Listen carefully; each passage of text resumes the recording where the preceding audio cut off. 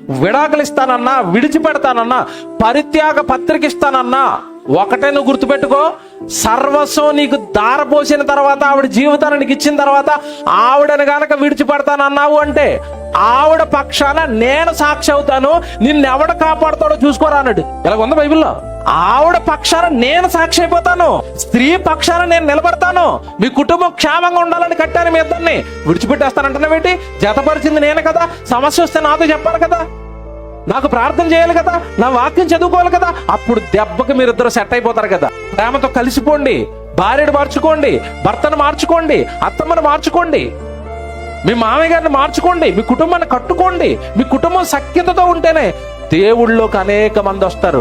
ఏమంటే ప్రభువుని నమ్మిన కుటుంబంలోనే కలహాలు, ప్రభువుని నమ్మిన కుటుంబంలోనే గొడవలు, ప్రభువుని నమ్మిన కుటుంబమే గొడవలు ఆడుకుంటా ఉంటే ఎవడండి ప్రభువులోకి వస్తాడు? మన కుటుంబాలు చూసి మీరు చెప్పండి.